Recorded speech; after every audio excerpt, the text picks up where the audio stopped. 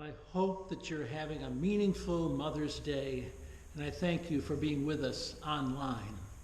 Before I begin the sermon, I want to thank Lynn Borkey for her pitch-perfect reading of today's dramatic story about the call of Isaiah.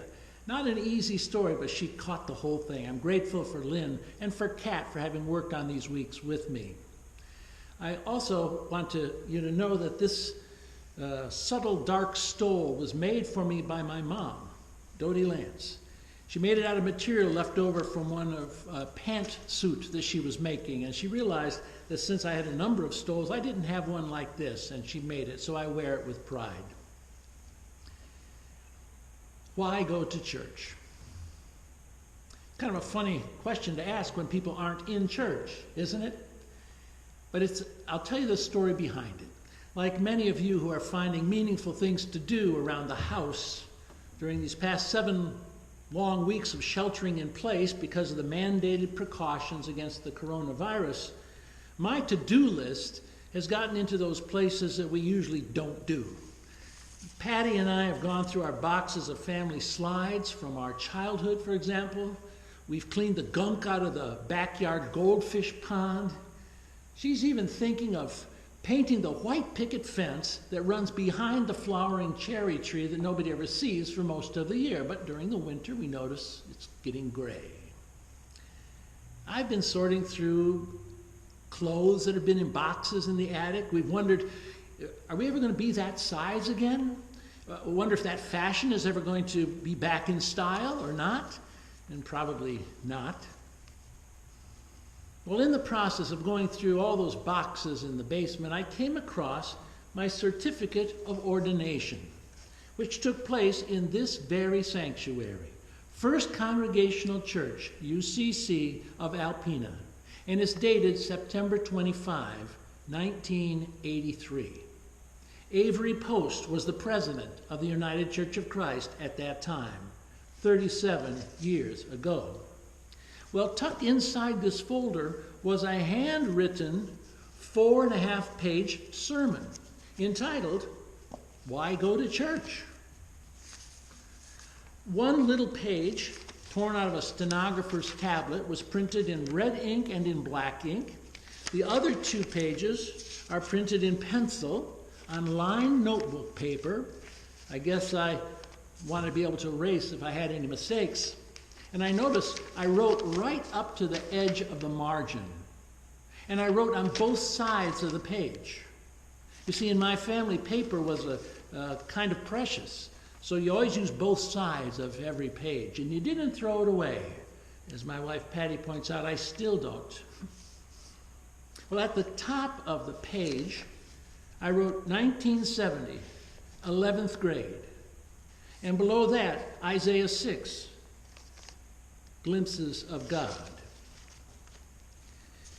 I wrote this sermon exactly 50 years ago, and I preached it in this pulpit during a Pilgrim Fellowship Youth Sunday. See, back then our PF youth group had about 25, 30 high school kids in it. We had officers, including faith and action and fellowship commissions. PF put on dinners for fundraisers. We had talent shows up on the stage. We went to youth rallies with other churches in the Sheboygan Association. Now, most of those UCC churches are gone now. They either have left the denomination or they simply closed as the years passed. Well, as a junior in high school, back then, 50 years ago, I already knew I wanted to be a preacher when I grew up. So it was natural that I would be elected as a faith commissioner for Pilgrim Fellowship.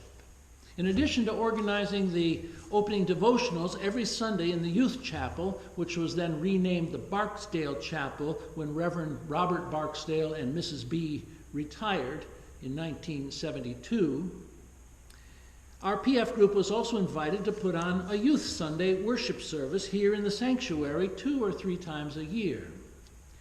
This manuscript was the sermon that I preached on one of those occasions.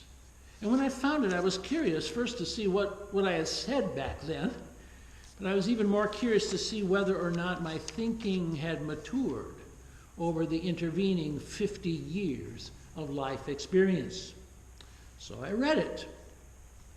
And lo and behold, it began with me having a bit of an argument with my mom, Dodie Lance, of blessed memory. And as I read further, I realized this might be something of relevance in a Mother's Day sermon. It was back at the end of a lovely Mother's Day in 2017, 3 years ago, that my mom had her heart attack and died. It's in her memory that I wear this dark stole that she made for me. It was because of her that I chose for today's service that old 1927 hymn, Our Father, we thank thee for Mother. No treasure on earth can compare with her guidance and care, her love and her prayer. Our Father, we thank thee for Mother. Well, I realize now that this half page of tablet paper written in the 2 ink colors was actually read by another one of our PF group members as a means actually to set up my sermon. So here's what I wrote in 1970, unedited, with all the idealism and chutzpah of a teenager.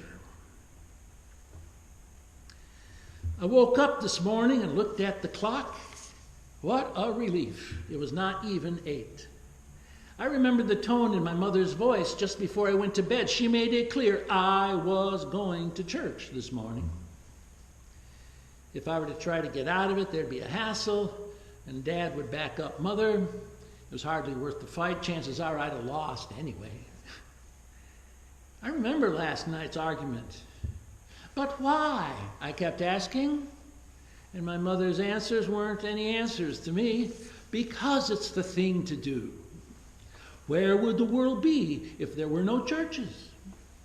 And finally, because I said so. I was full of arguments myself last night. Sensible reasons why going to church isn't sensible. But I didn't get much chance to give them. So guess I'll give those arguments now. What's wrong with the church? Well, for one thing, isn't it usually dull? You sit through a service listening to inferior singers singing unexciting anthems and old hymns. The minister gives the same old prayers in a voice reserved for prayer.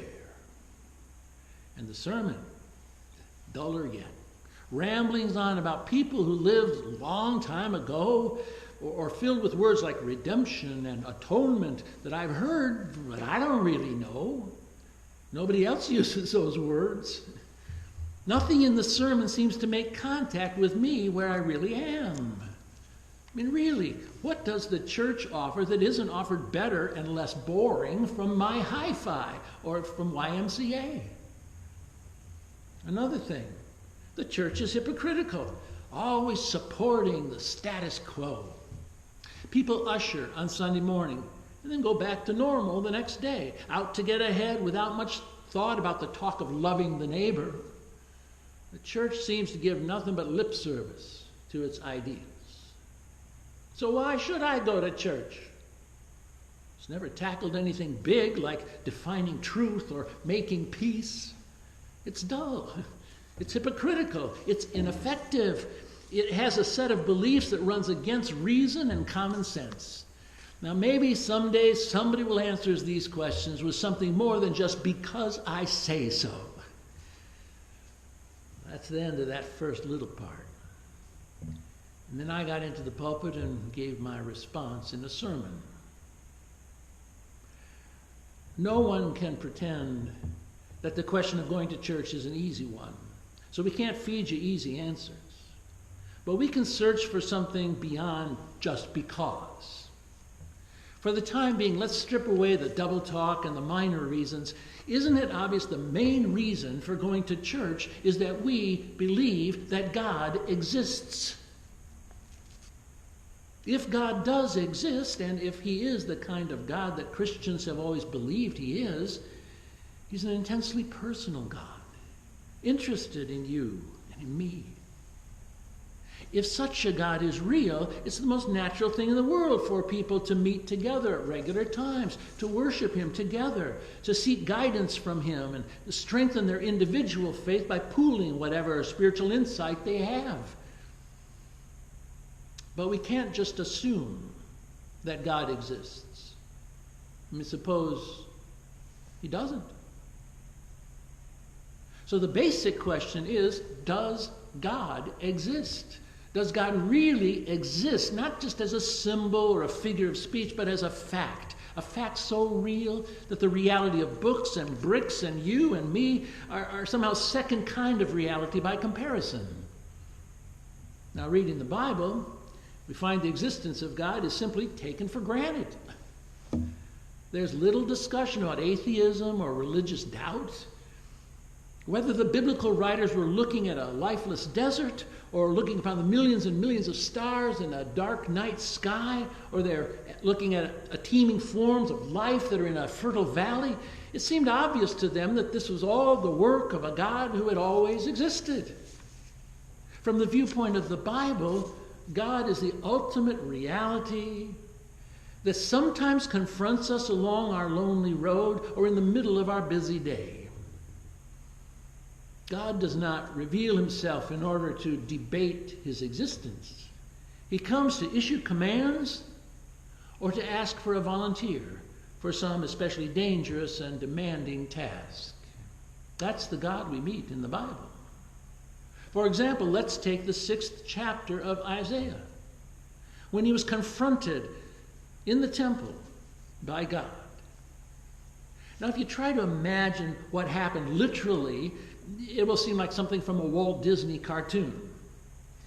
Isaiah became aware of the presence of God, not as a subject for debate, but as a challenge to everything that he was.